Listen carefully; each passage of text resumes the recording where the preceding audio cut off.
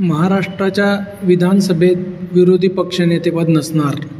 महाआघाडीतील एकाही पक्षाला 10% जागा म्हणजेच 28 जागा निवडून न आल्याने विरोधी पक्षनेतेपद धोक्यात आले आहे.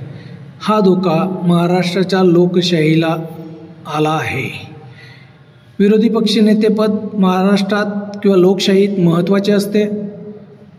पगार, भत्ते, सुविधा मिळतात. विरोधी पक्ष सरकारच्या कामकाजावर लक्ष ठेवून असतो.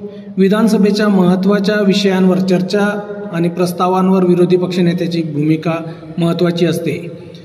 विरोधकांचा आवाज नसेल तर सरकार मनमानी कायदे करू शकतो आणि तशीच परिस्थिती महाराष्ट्राच्या राजकारणात सध्या या वर्षीच्या निकालावरून निर्माण झाली आहे.